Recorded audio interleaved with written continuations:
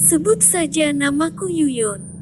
Aku berasal dari daerah Jawa Barat, umurku 30 tahun dan suamiku bernama Kang Heri berumur 48 tahun. Suamiku bekerja di pelayaran, dia pulangnya setahun 2 kali. Pernikahanku baru genap 2 tahun, suamiku duda beranak 2, dan aku janda ditinggal mati. Suamiku yang pertama mengalami kecelakaan motor saat pulang bekerja.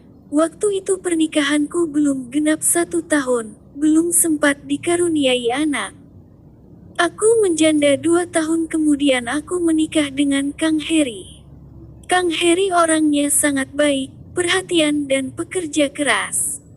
Semua kebutuhan hidup terpenuhi. Bukan hanya itu, dia pun sangat perhatian terhadap kedua anaknya yang ikut dengan mantan istrinya.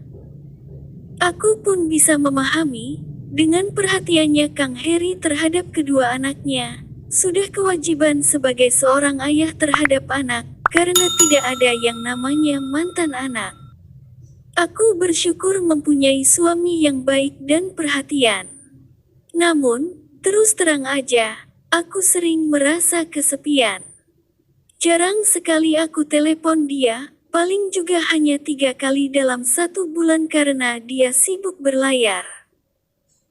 Jika malam saat jelang tidur, aku hanya bisa melepas kangen hanya dengan melihat foto Kang Heri sambil membayangkan kalau dia sedang melakukan kewajibannya seorang suami terhadap istrinya. Hanya itu yang bisa aku lakukan.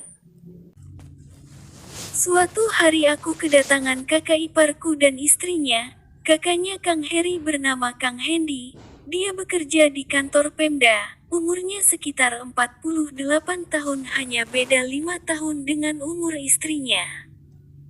"Tumben kakak main ke sini?" tanyaku. "Iya, lagi pengen main aja. Udah lama gak pernah main ke sini, lagi pula rumah kita kan dekat," jawab istrinya. Aku pun bergegas ke belakang untuk mengambil minum. "Gimana kabar suamimu? Kapan dia pulang?" tanya Kang Hendi. "Sekitar 4 bulan lagi," jawabku singkat. "Malam ini kami berencana mau nginap di sini. Kasian kamu gak ada teman ngobrol," tanya istri Kang Hendi lagi. "Iya betul itu," kata Kang Hendi menyambung pembicaraan istrinya. Di hari berikutnya mereka jadi sering nginep, hampir seminggu 3 kali. Aku pun memberitahu Kang Heri bahwa kakaknya akan nginap. Kang Heri mengizinkan, ia merasa senang kakaknya nginap di rumahku. Aku pun ikut senang, jadi ada teman buat ngobrol walaupun hanya seminggu 3 kali mereka menginap. Pada suatu malam sekitar jam 9, ada yang mengetuk pintu rumah. Tumben kedua kakak iparku datangnya jam segini. Biasanya kalau mau nginap gak pernah datang malam-malam, gumamku dalam hati. Aku tidak langsung membuka pintu, takut ada orang yang mau berbuat jahat. "Yun, ini aku Kang Hendi."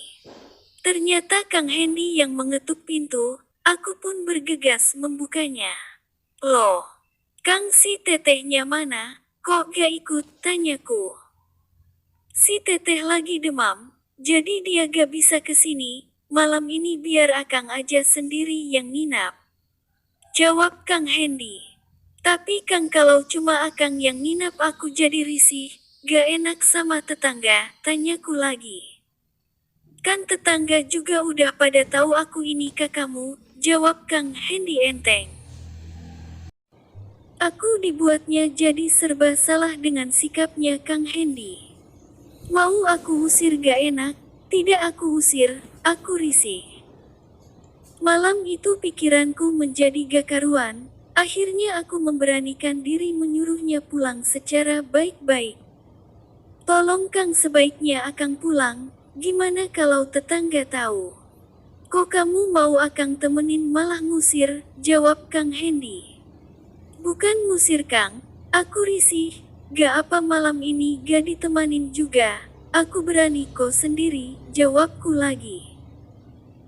"Kamu tenang aja Yun, aku gak bakal ngapa-ngapain kok, Kamu takut amat sih sama kakak sendiri, jawabnya lagi. Bukan gitu Kang, tapi... Belum selesai aku ngomong dia memotongnya. Udah kamu tenang aja, lagi pula ini udah malam, tanggung aku malas pulang. Kata Kang Hendy dengan sedikit memaksa. Akhirnya aku tidak bisa berbuat apa-apa, setelah dia memaksa untuk nginap. Aku pergi ke kamar dengan muka kesal. Tanpa berbasa-basi lagi Kang Hendy ku biarkan tidur di ruang tamu. Aku di dalam kamar hanya melamun membayangkan suamiku. Aku sangat merindukan dia, mau aku telepon tapi tak bisa. Entahlah kenapa malam itu aku jadi gak bisa tidur, pikiranku berkecambuk. Waktu menunjukkan pukul 12 mataku masih belum bisa terpejam. Lalu tiba-tiba pintu kamar seperti terbuka. Astaga! Aku kaget bukan kepalang. Kang Hendy masuk menyelinap ke kamarku. Aku benar-benar ceroboh, lupa mengunci pintu kamar. Aku langsung mengusirnya, kali ini aku benar-benar marah. Kang ngapain masuk ke kamarku? Tanyaku sambil membentak, tapi saat aku bentak malah santai mukanya macam tak bersalah. Dia malah semakin mendekatiku sambil merayu. Akang tahu kamu kesepian. Kamu tenang aja Akang tidak akan kasar, kata Kang Heri sambil memegang tanganku.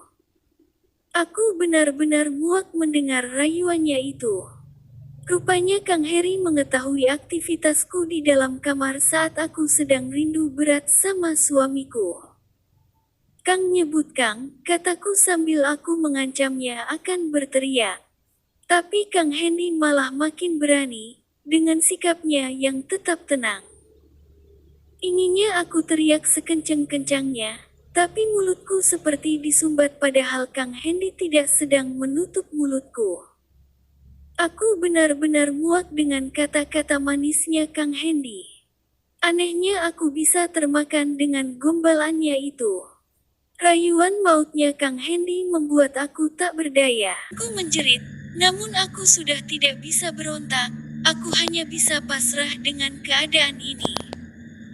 Semenjak kejadian itu aku memutuskan untuk tinggal di rumah orang tuaku. Aku baru bisa menempati rumahku lagi setelah suamiku pulang.